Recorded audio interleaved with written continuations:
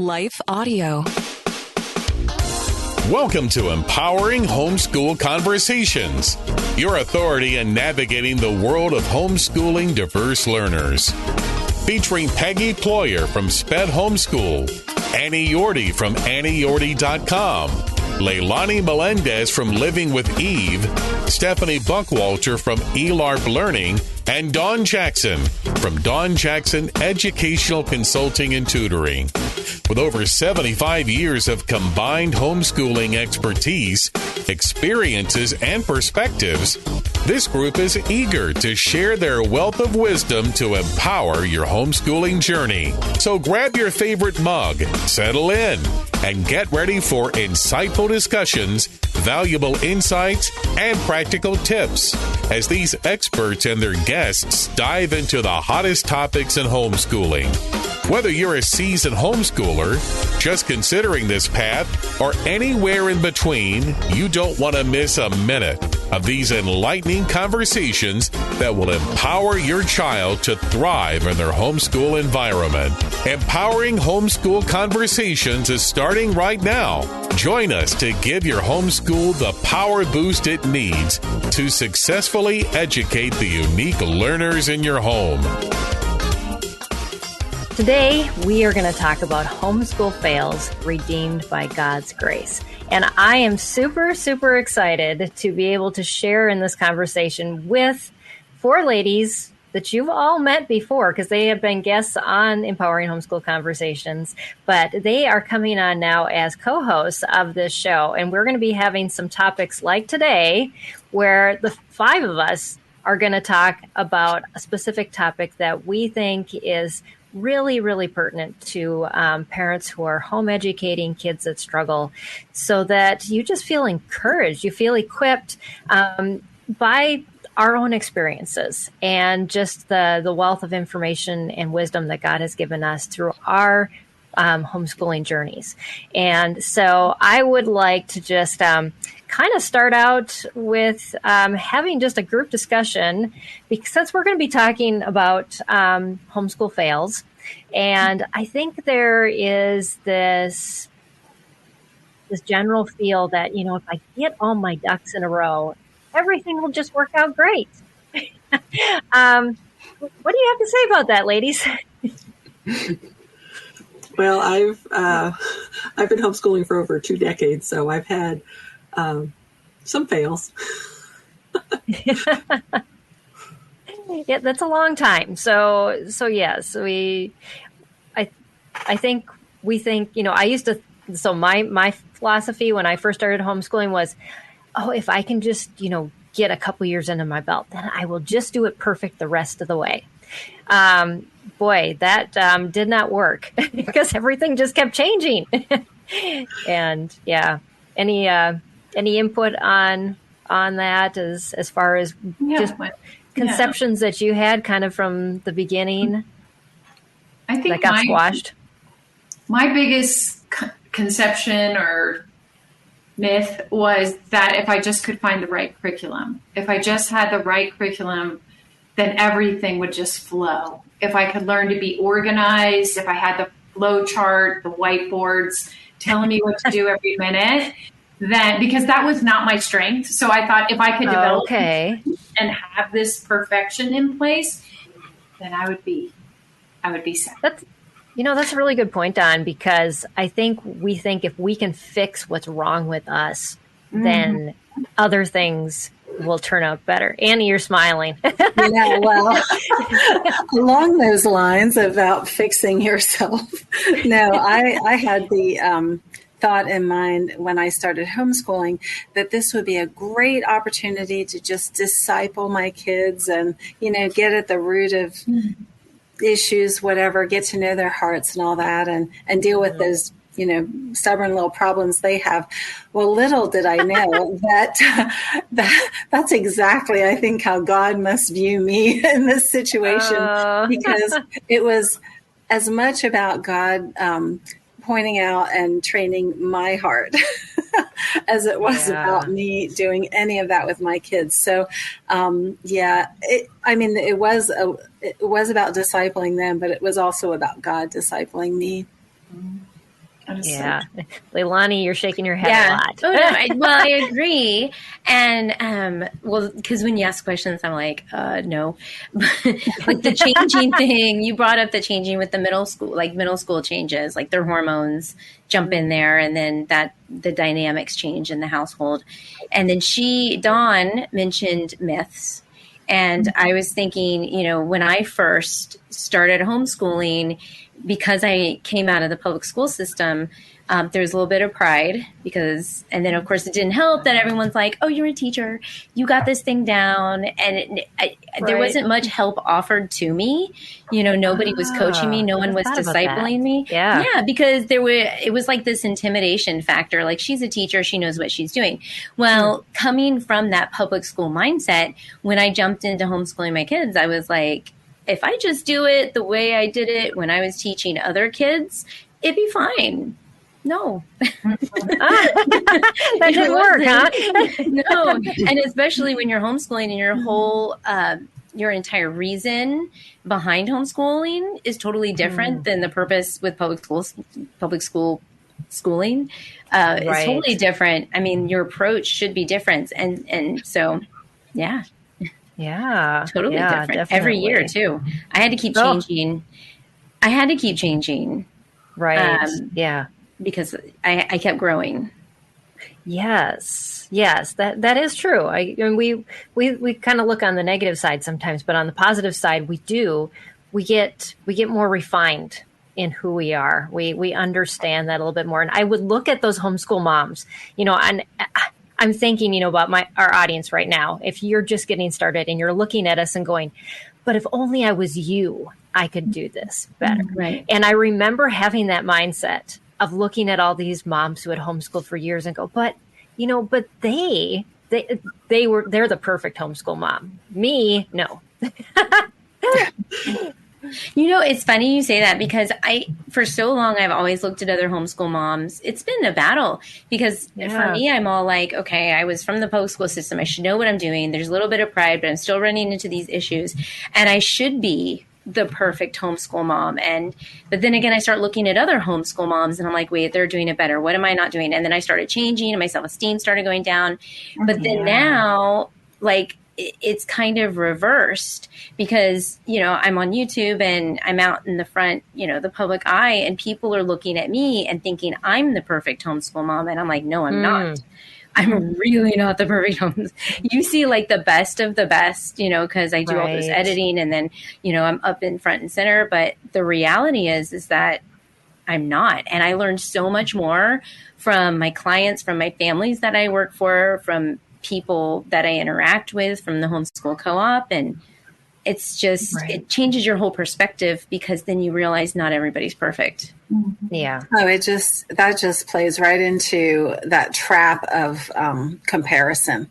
Whichever side of it you're on, comparing yourself with others is going to lead you down a dark path of either pride or, feeling inadequate.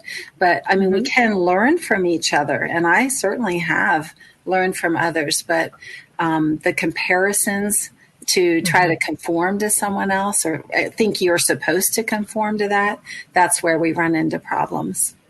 I've always told my kids, comparison is of the devil. Yes, I always say absolutely. Really helpful, actually, in the context of business. But and this is a quote from someone famous in the online marketing world. I don't know who it is, but it's don't compare your beginning to someone else's middle. End. So you can't, because my whole philosophy starting out was, how bad can you screw up kindergarten? I'm just going to try out homeschooling because I thought, how bad, and I did find out you could, but just what I learned was actually when we took the test at the end of the year, my son did great in everything except spelling, and I was like, how can you mess up spelling? And then I realized I never taught him spelling because I thought you just learn spelling as you go. So there was one of my first mistakes. I didn't teach spelling. After that, I taught spelling. And I think there's so many social pressures. There's familial pressures within families So there's cultures and communities, there's philosophies of homeschooling, right? So as a parent, you're up against all of that. You're hearing, I know when, I'm a little bit older, but when I was homeschooling my children, there was this idea of, are you sure you're the right person for them? Are you sure this is the right setting for them? And then when, like, parents that I work with now, the big thing is they're not working at grade level. Okay, but what are they learning? What skills are they learning? And there's always that pressure of the overwhelming amount of information that's out there. The workshops should we be taking, the curriculum we should be buying. And you'll see this kind of like pros and cons or black and white of the person that's overwhelmed trying to do it all. I've worked with those parents to, I'm not doing anything. We're just going to unschool here. And that, and there's the beauty in that. But there should be an objective. That's what I teach the co-ops that I work with, the parents that I work with. There should always be an objective. What is my objective? That my child's natural curiosity will blossom and grow. Or I really want them to learn math. Right. And I think that's really important, Don, is like how you set up that goal as well, because you made it a very broad and beautiful goal versus the more educational type goals that I think we talk about a lot. But when we hold ourselves accountable to something, we have to be able to look at it in the future, like far out in the future, because then it doesn't become a checklist. It becomes a philosophy. It becomes a way of homeschooling, a way of life that we can embrace. And then we can take the good with the not so good and be okay with it at the end of each day. And I think that's really, this conversation and where we want it to go is that things don't happen like instantly perfect. And yes, we got that box checked off and then we can move to the next thing. But sometimes things get really messy and they're messy for a long time, but God can work in and through even the messiness of our lives and our kids and our own hearts, a lot of the stuff we just brought up, and turn it into something beautiful. We will continue this conversation after a short break.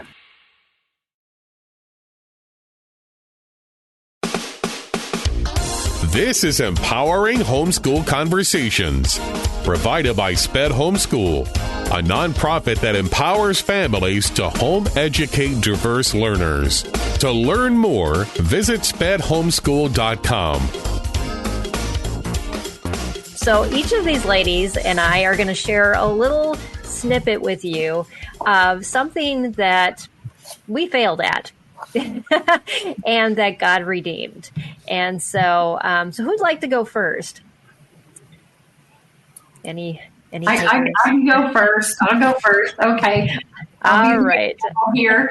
So I would say, like I said in the beginning, one of my biggest fails was just overwhelming finding the right curriculum. I really believed if I had the systems in place, the curriculum in place, and I just followed this set of really, rituals, that we would be okay. We would make it. We would strive. I didn't really have that idea of a vision. The Bible says without a vision, the people perish. I really didn't have that vision. I had a desire, and I knew this was the right path. I had married into a family that homeschooled kids, and it was a real natural thing in that family as a community. So I just naturally jumped on that. But having come from the teacher world, I had this idea that, I had to have a teacher plan book, and I had to have things scrolled out and the meals prepped, and, morning breakfast was set out the night before. Little did I realize that I was killing myself. And because my expectations were so high, I literally burned out.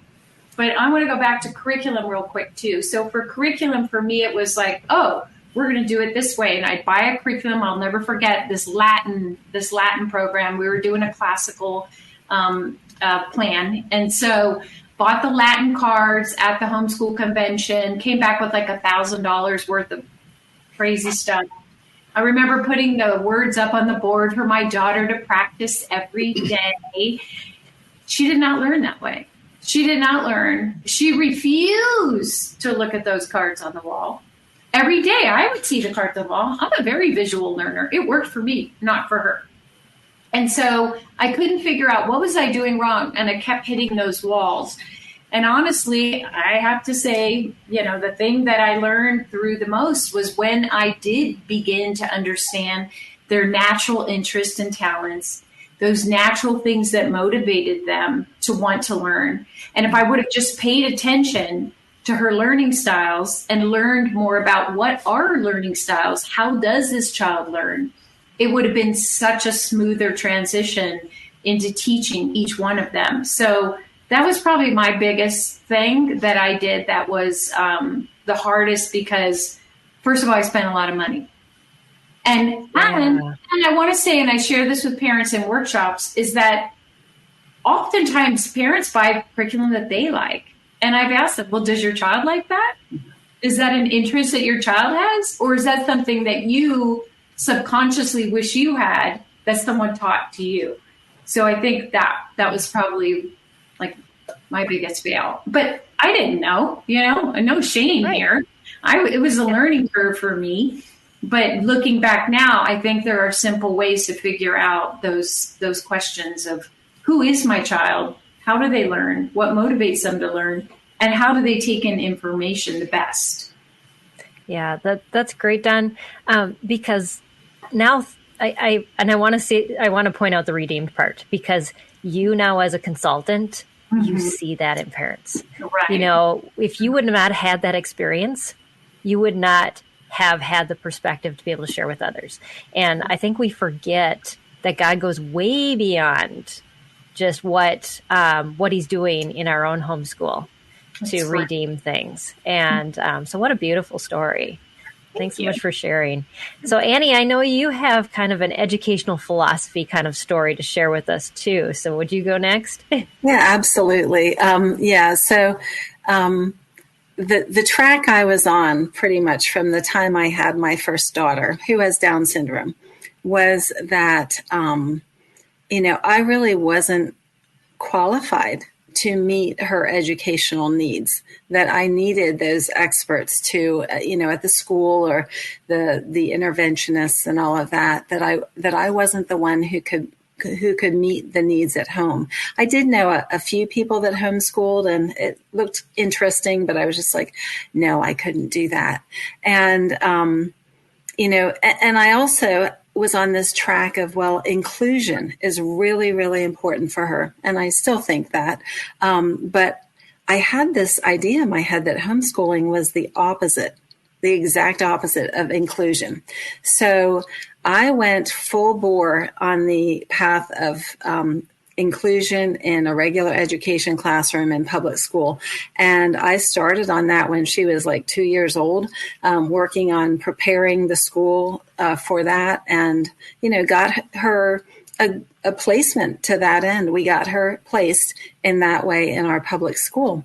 And it went okay, but there was always this element of being on pins and needles a little bit. Like, would she be able to conform to what they wanted so she could, stay there, so she could feel good, so she could learn, that kind of thing. So there was always like a bit of a fear hanging over us that it might turn sour. And then we moved to another state.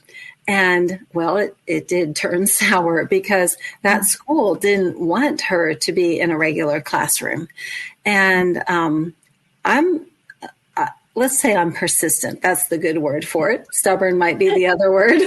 But, I hung on to my vision for this inclusion in public school. We even went to court. 2 years of a process of going through that.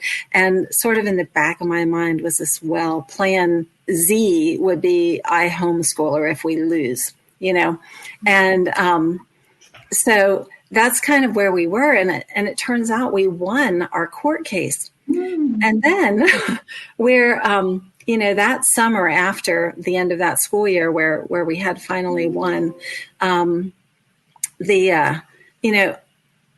knew in my heart that the win was temporary, that that anything could upset that and land us right back in the same situation. And I was discouraged about that. And I prayed, and God really turned my heart to homeschooling. I think he was calling me all along because it was sort of sitting out there on the periphery, but I was ignoring it.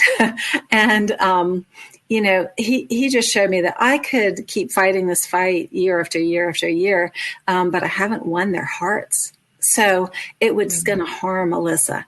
And he showed me that at home was really the best place for her. But he had to show me that he was trustworthy. Like, I had to come to believe that he would meet her needs through me and other people maybe, but that he's in charge of meeting those needs and it's not all on me. So, I always share this verse that I have on my screen, my computer screen, for 16 years of homeschooling. Faithful is he who calls you, and he'll also bring it to pass, from 1 Thessalonians 5:24, because he did call me to it. And I trusted him, and that was just our theme verse. But of course, I got into homeschooling then, threw myself into trying to do it like public school for a little while. So I'm with you on that. But then I relaxed and got to know more about it. And God just really kept showing me this is so good, because we could just learn without trying to push Alyssa, trying to put a square peg into a round hole, essentially. I could teach her the way that she needed to be taught. And I did have to learn what is her learning style, what motivates her to do things, and to learn to be patient myself. But, and the whole thing about like inclusion and socialization, we always hear about that, right? The socialization thing. Well, anyone who's listening now and has ever had a concern about that, that's like just the least thing you have to worry about. Homeschooling afforded Alyssa so many more opportunities for what I call really natural inclusion, instead of that forced and orchestrated inclusion, than she ever would have had in public school. So that was our beginning, but it did take me, it was a little bit of a rocky path for God to get me off my own track. His ways are higher than our ways. And I had to learn that through that couple year experience really with him, to learn that I need to follow him and trust him to provide. We will continue this conversation after a short break.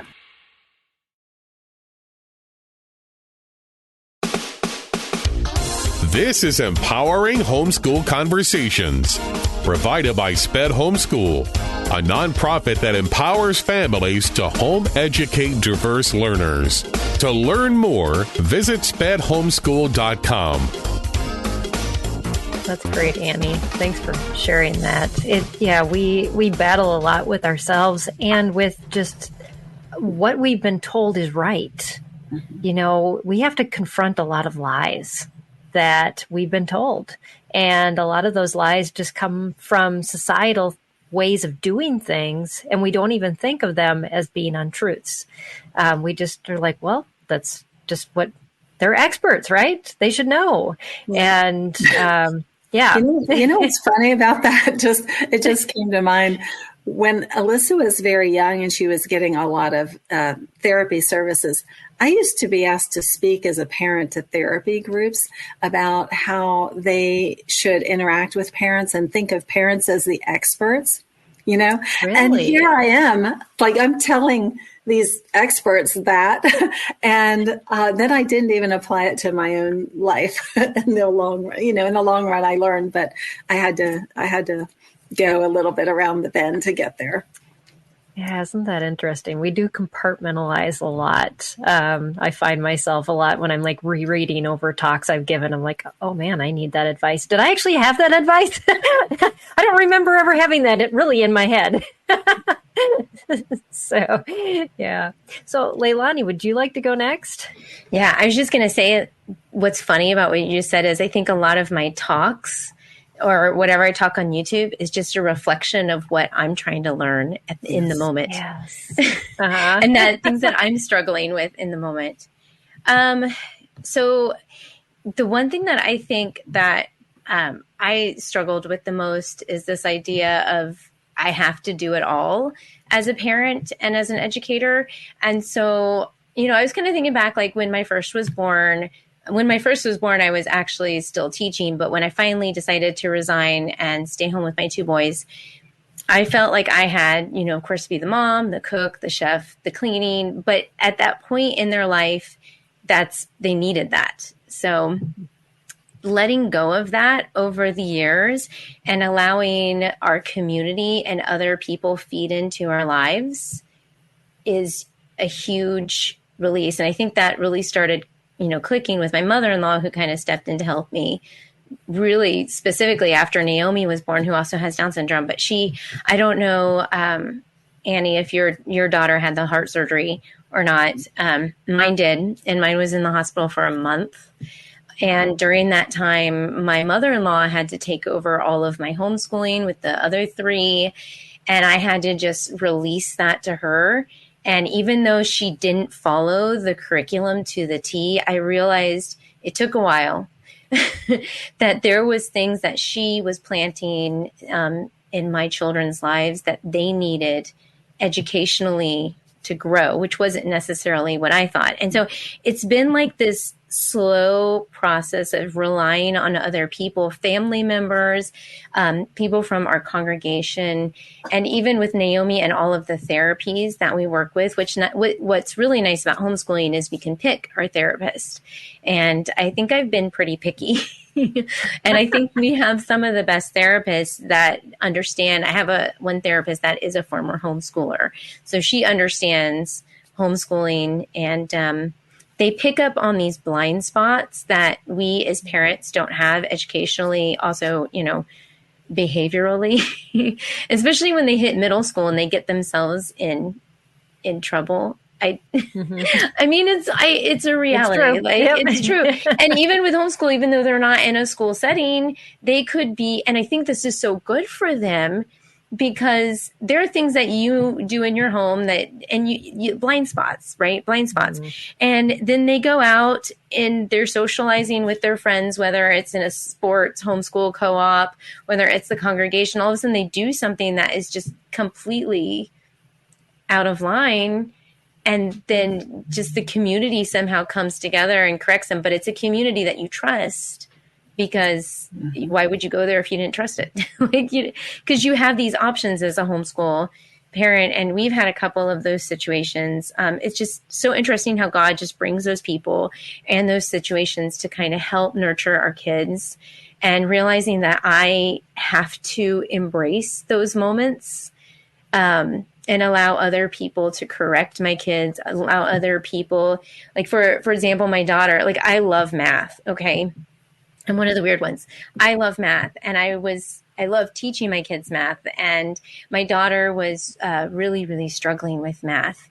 And for whatever reason, every time I sat down to work with her on math, it was just rebellion and shutdown.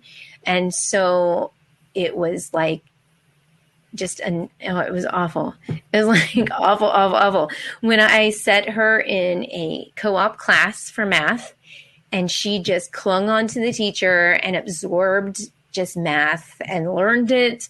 And I'm sitting back here going, but I love math. I want to homeschool my kid, but realizing she wasn't going to learn from me for whatever reason. I don't know, but I had to just embrace that experience for her. And, another thing that's happened with our household is allowing, between me and my husband, right? Well, first of all, we're like crazy busy, and we have to juggle therapies and just taking my daughter to dance, my son to track meet. We have a homeschool. It's amazing what we have. Homeschool track group. They do cross country and running every morning at 6 a.m. and, therapies and dance class and all these things that we do. We have to juggle with me and my husband, and things are getting harder. I think that things get harder too as they get older. It's so weird. I didn't think that, but you also have to let go more. But my allowing myself to step down more and allowing my husband to step up more and just over the course of this year specifically, my husband has actually taken on homeschooling my kids in certain subjects not that I don't, one of them, Bible, for example, he has taken on the role of being their Bible teacher. And he loves that. I love that too. And I wanted to do it, but he just does a better job of it. And I don't know, he's stepping up with like discipline and mentoring my kids, and just me stepping back and letting him rise up. He's really become more of the man of the house in our household. And it's amazing what God is doing. Like, I wish I could show you. But he doesn't like to be on camera either. So that's another, but it's really cool. Like, God is redeeming all of that by building a community and having my husband step up and me step down and let God do his work. Oh, that's awesome. I can see a lot of like nodding and yes, and agreement with you, because we do try to be that Lone Ranger. And if you got to the point now where you're at in your process, you'd be killing yourself. And actually, I actually had a shutdown. I had a mental breakdown in the middle of my homeschooling. So unfortunately, it took me that long to figure out I needed help. But you just can't do it all. But there is community out there, and what a good reminder. God made us for community. He made us to work together. We are not to do life alone. And he will teach you that lesson if you haven't learned it yet. Yeah. And it's like with homeschooling, because they're at home in your house doesn't necessarily mean that you are their only teacher. Yes. So that is such a good lesson. It never all depends on us, but we sure do get to feeling that way. Yes, absolutely. Yeah. That's why I was saying, like, there's those cultural pressures that we can sometimes come into homeschooling with. Like, you know, our parents, I have parents that I work with now that the parents are telling them, are you sure? Are you sure your child's learning? Are you sure they're, you know, and there's these pressures, right. And we do that to ourselves as well. And I know I did that. And Peggy, I appreciate you sharing that breakdown, because that's what I had too, sadly. And it was pretty bad. It was pretty bad. And I just didn't recognize along the way I needed help. I needed to ask for help. I can't do this on my own. I don't know all of this. I am so much better at that in my life now, just going, I don't know. And it's okay not to know, because God knows. Right. And there are people that He will put in your path.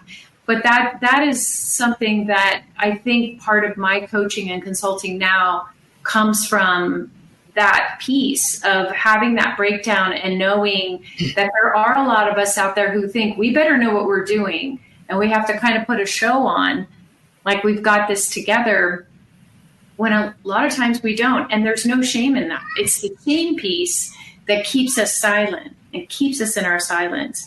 And we really need to come forward and, you know, be a part of like these wonderful YouTube channels, and, you know, what also Leilani has, and just sharing with others and each other and hearing as much as we can, but not being afraid or shameful to say, yeah, this is hard. And then if you pop a little guy or girl in there with some learning challenges, diagnosed with different disabilities, boy, you really have it, you know, you really have your calling laid out there. That is not a loner job. Don't even try. Yeah. I want to put a plug right here, because Leilani and I had a 1 hour discussion just about the transition with her mother-in-law. It was an amazing conversation about how you just had to allow her to come in, and some of the battles you two have had. Oh, yeah. It's amazing she still has hair. From stress. Yeah, and amazing I have hair. Pulling our hair out, like, you know, I'm just Yeah, there's always someone who's going to cast doubt on, you know, where you're headed with all this or how you're doing it, or, you know, and if they're not casting doubt, you know, we have a voice inside our own heads that does that. And, you know, we have our own expectations about how things will go. And then when it's not quite that way, or sometimes it's way like in left field, and we start doubting and just the pressure we put on ourselves with that is incredible. And we need to really just understand we are in this for the long haul. This is not something you're going to see of these results are just going to, you know, 1 year and everything's going to be, perfect. This is a long-term thing where you don't see results for years. Right. Yeah. Yeah. Stephanie, would you like to share next? I know you've had some bumps in the road and transitions and changes in your homeschooling journey. And I think this would transition really good into that part of your story. Yes, my kids have done public school, private school, and homeschool, and not necessarily by my choice. And that's where kind of God comes in and redeems everything. But so I had 4 boys, and if they had been in public school at one point, they would have been in K through 5. Okay, so they're all close together. Wow. And they all have differing abilities and gifts and things like that. They're fun to teach, though. I've totally enjoyed that. But by the time my daughter came along, about 4.5 years after that group of 4 boys, it was becoming a lot, and the boys were getting older, middle school, kind of going into high school, and I was having trouble. It was just too much. And the straw that broke the camel's back was my special needs daughter, because she lived in fight or flight mode. She's nonverbal, and she just yelled all the time, like vocal tics. And we called her, it's kind of weird. We say it sounds like a pterodactyl, and everyone knows what that is, but no one's ever heard a pterodactyl in real life. So I've never quite understood how we all know what a pterodactyl is. Jurassic Park. That's probably it. And so it was just too much, and I couldn't see it. Probably should have gotten help, but I didn't. But there had virtually no support. There wasn't support coming from the church, from our families, because mine was in another state, and my husband's wasn't, just in the picture that much, and not even from the church. So, and then the older brother started going through things. So all of a sudden, it was just too much. I couldn't see it, but my husband could. So over a series of years, he peeled them out of homeschool one at a time. And I was devastated, because I love homeschooling, and I loved it then, and I love it now. And it's been, it was just like heartbreaking. And then that God used my husband to take them away from me, out of the homeschool. That was even like more painful for me. And so it was kind of the middle of 2nd grade where we started to put my daughter in homeschool. She was the last one to go into homeschool, which was, made me happy, because I was working with her, and I was, I thought I was doing a pretty good job. And she got put into public school, and for several years, public school had positives and negatives. The negatives, I'll go with those first. She was nonverbal, and they had no communication system at all, no way of teaching communication. AAC devices were fairly new. I think AAC devices on an iPad were new. Okay, AAC devices have been around for a long time, but the school wasn't used to having to teach all these kids, these nonverbal kids. So what happened was I said, okay, well, they have a program for the deaf, and she knew probably 300 signs going into public school. We had learned them from using signing time. And she did not, the school didn't want to do sign language with her, because they're like, well, no one else can understand her. And that was a good, a valid point. But I was just desperate that she communicate somehow, and she already knew 300 signs. Mm-hmm. So then I thought, well, they have ESOL. And I went and looked up all the legal requirements, and, they had to have certain number of hours at this level 1 if they were just beginners. And once they became intermediate language learners, they reduced the number of hours, so I tried to get them to do it that way. This is like years. I had so many IEP meetings. And I had some training from just a place I found online that said basically an IEP meeting is a legal requirement from the IDEA law. Mm-hmm. So if you want to get anything done, the only thing they listen to is the law. So find legal cases that relate to what you're trying to do and present those. And so I tried that, backwards and forwards and all that stuff. The thing about that, though, is because of that, I found out later, much later, that's why I always had someone from the Office of Compliance in all of my IEP meetings, because I was quoting the law. And so they had to have someone from the legal department there. It was kind of interesting. I eventually became friends with them and got a job offer from their legal department, from the Office of Compliance. And just the next part is because we went to mediation with the state. We didn't file a lawsuit, but we chose mediation. I had hired an advocate, and she came in. She's like, just go to mediation. This isn't going anywhere. So this was at the end of elementary school. Moving into middle school, we went to mediation. So I started the year off, all new teachers, everything, as that mom. So I go to mediation, and there were all requirements put on the teachers because of that. Eventually, we worked it out. I always had a really good relationship with all the friends, and where God stepped in, where I thought, he was like ripping these kids away from me into public school. All of her teachers were Christians. God put her in one class she was going to go into middle school. I talked to the teacher, and it was obvious it wasn't going to work. I won't go into details. It wasn't going to work. And so they put her with a brand new teacher.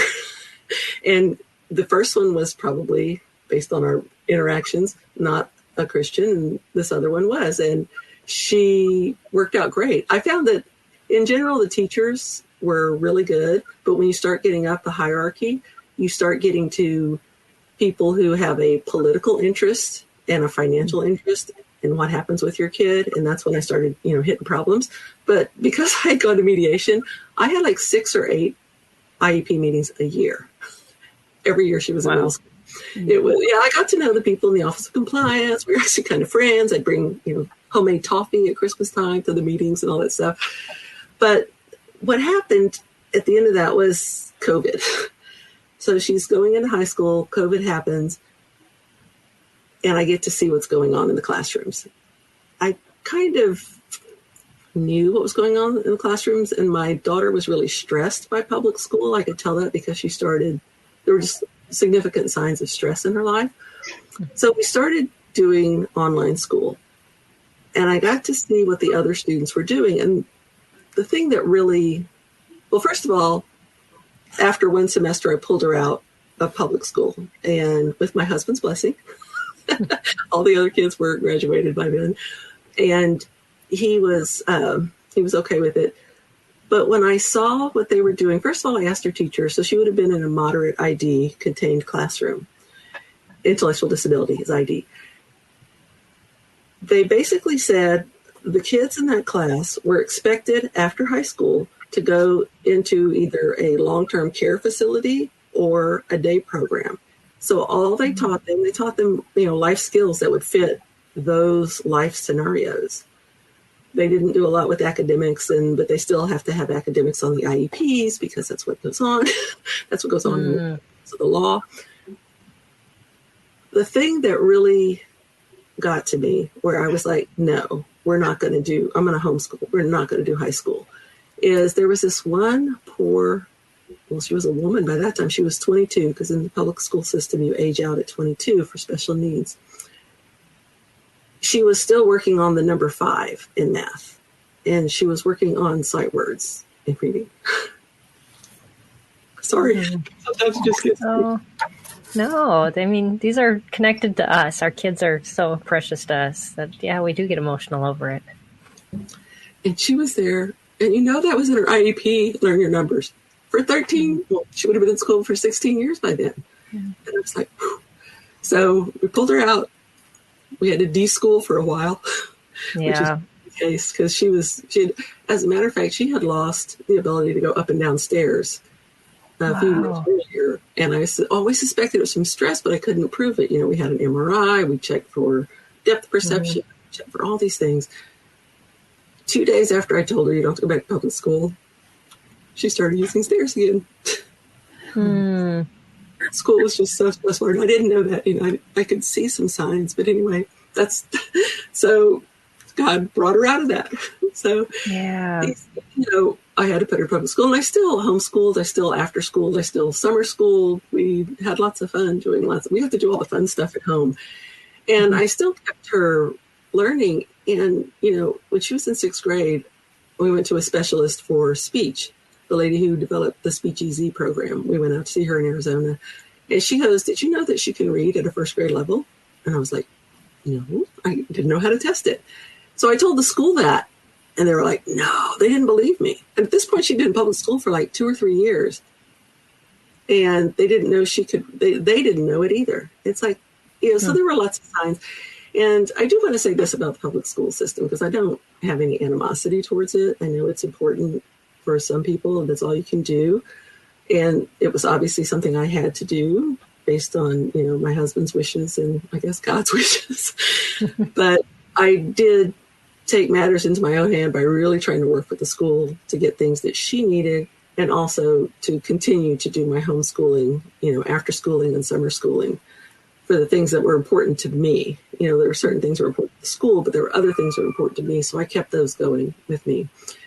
And so she's home for all of high school, and that's really exciting to me.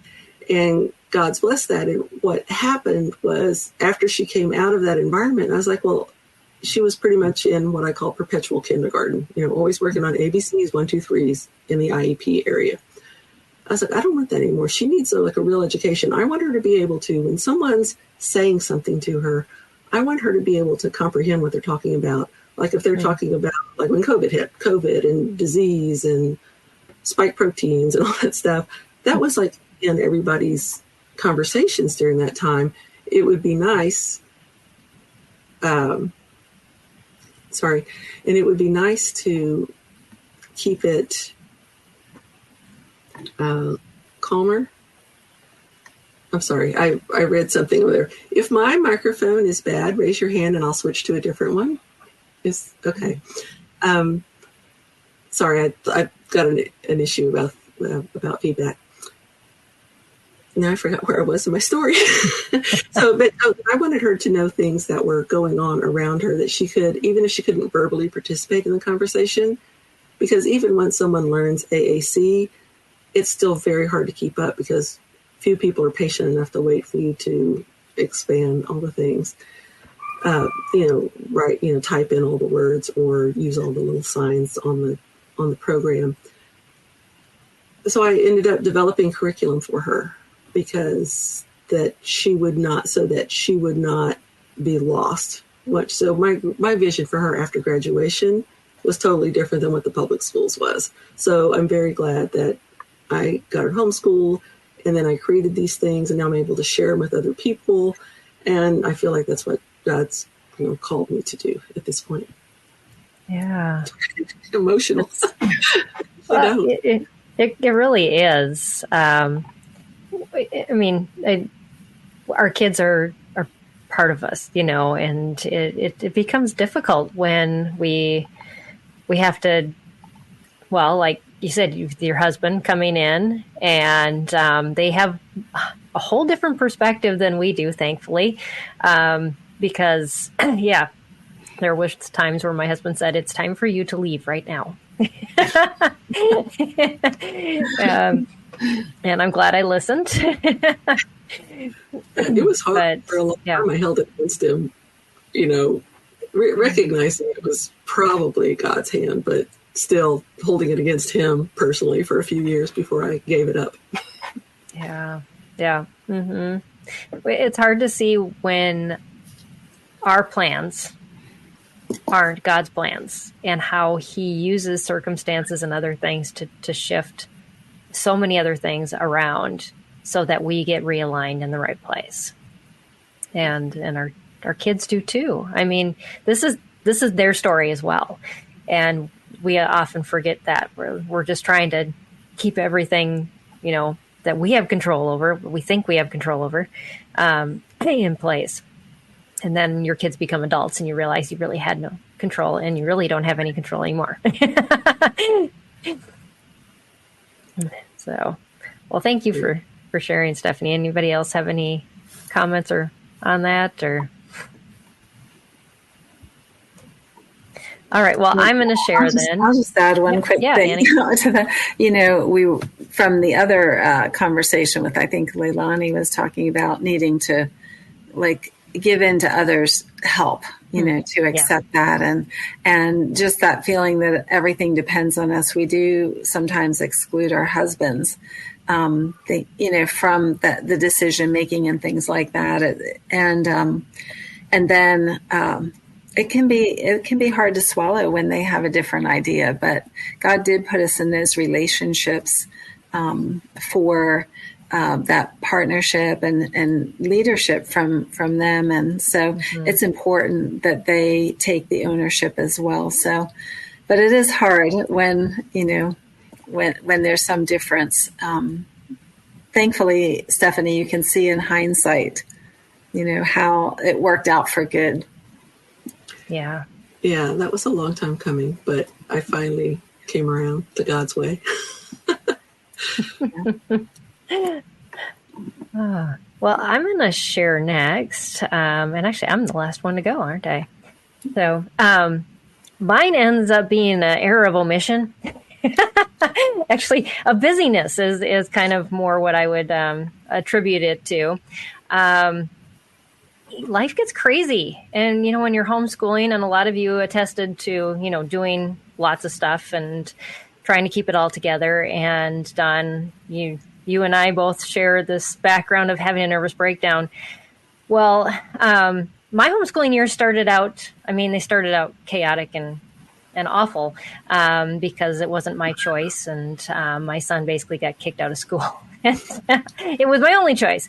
But I embraced it with everything I had. My husband calls me a pit bull when I come to anything, because if I get anything in my clutches, I will not let it go.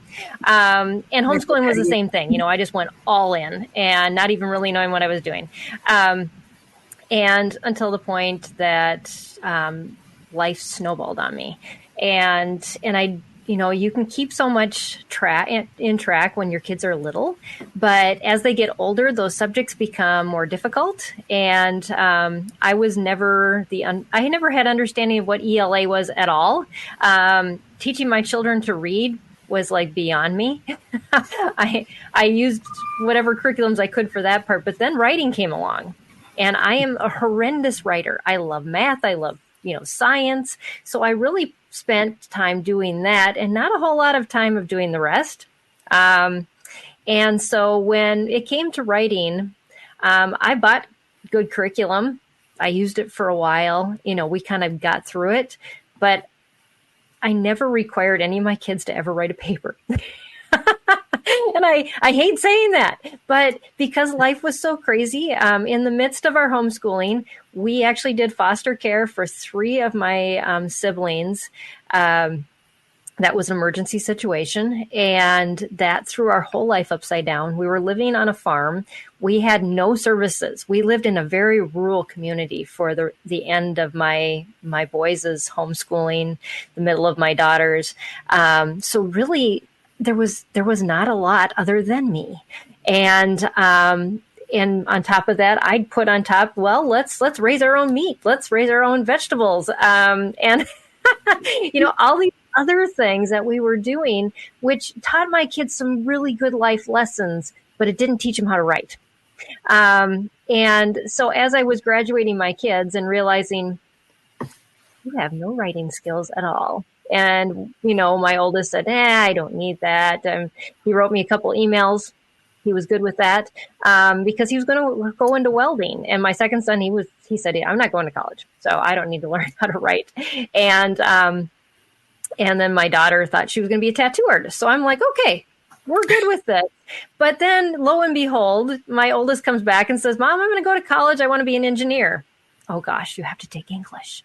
And then my daughter just started college this last year. And by God's grace, they both got A's all the way through English.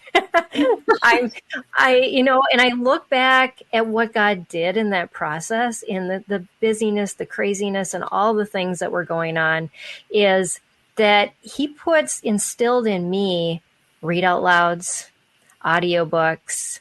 We did lots of storytelling. So my kids were actually writing, or they were learning to write through those venues without me even realizing what that was, because I was just so green in what all of this English language learning stuff was anyways. And they became able to communicate. And really that's what writing is. Just by the grace of God and the circumstances, but they also were able to learn a lot of lessons, real life lessons that we would not have got through any other circumstance. And so I just realized, there are some things that we just aren't going to be able to teach our kids. And I think that really hit me when I was graduating my oldest and I was sending him off to Florida. And we were in Minnesota still. We were moving to Texas like that while he was there. And I'm like, you can't go. You don't know everything. And God so quietly said to me, but Peggy, you don't know everything either. And just that realization, we just won't know it all and we won't do it all.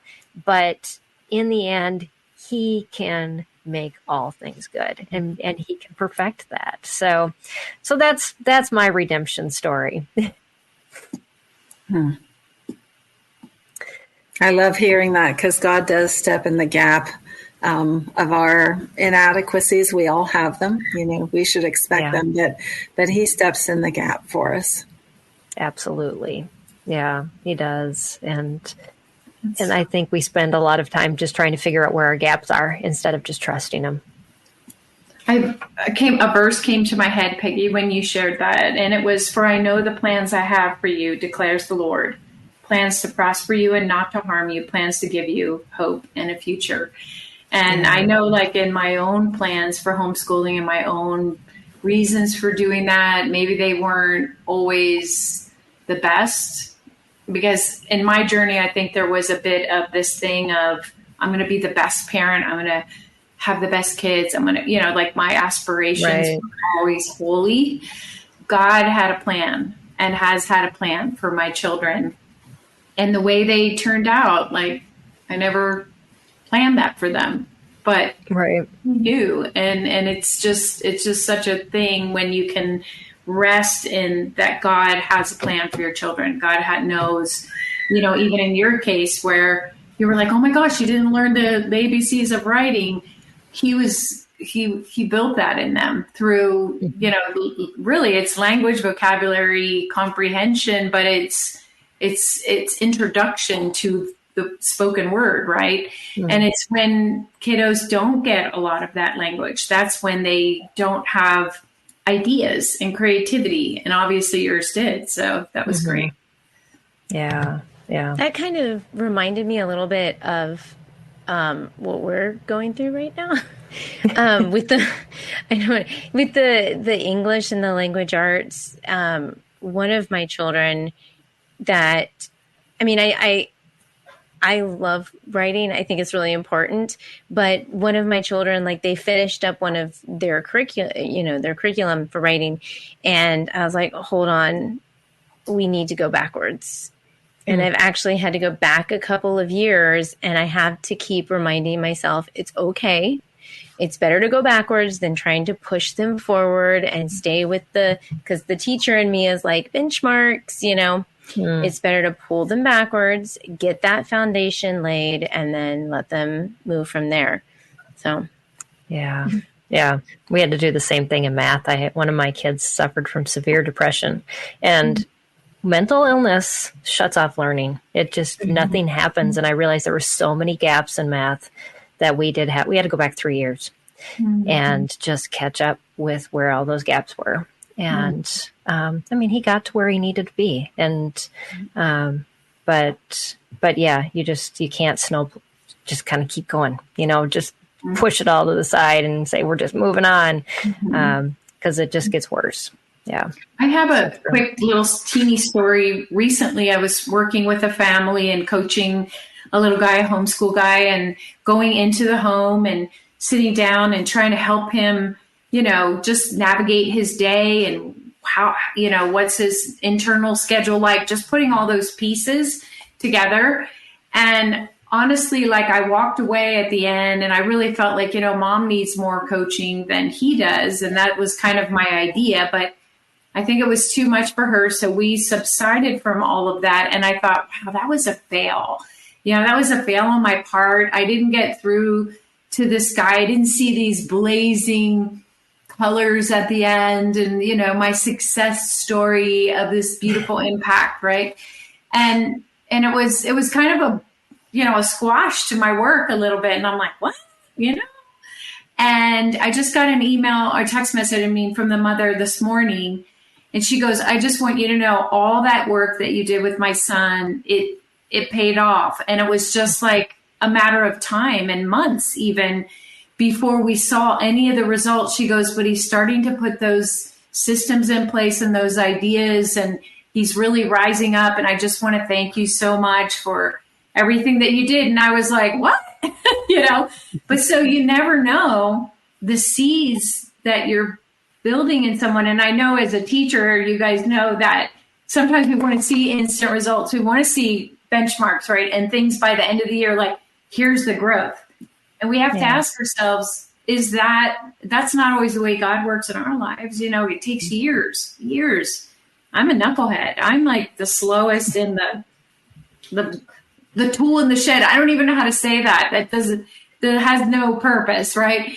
But I know that to him, he sees me as finished.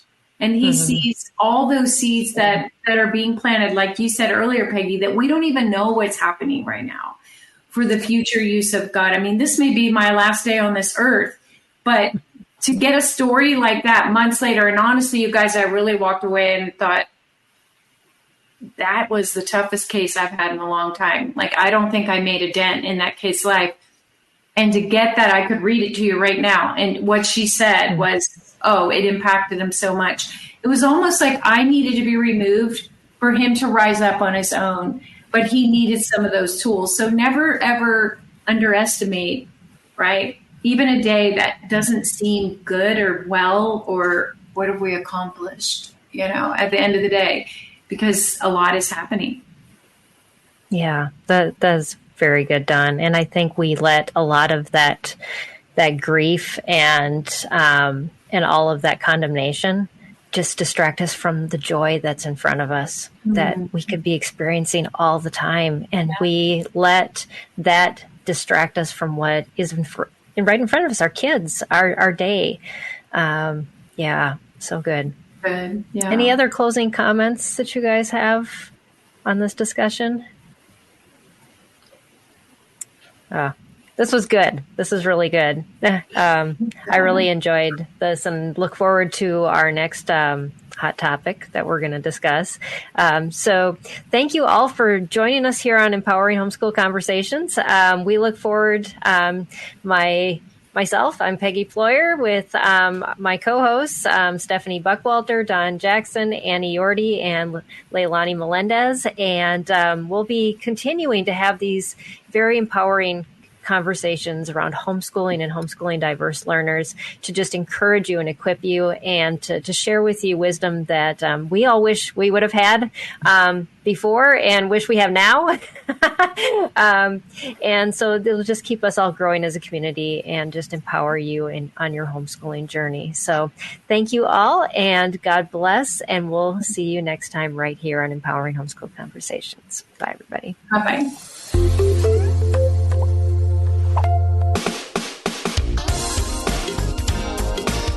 I want to take just a second to thank the team at Life Audio for their partnership with us on this podcast.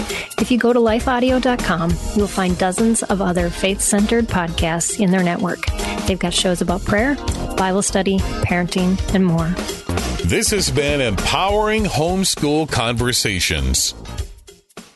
Looking for ways to stay positive? Brighten your day with the Free Story Behind podcast. Hear weekly short stories that showcase true joy, love, and hope. Listen now at lifeaudio.com or by searching for Story Behind wherever you get your podcasts.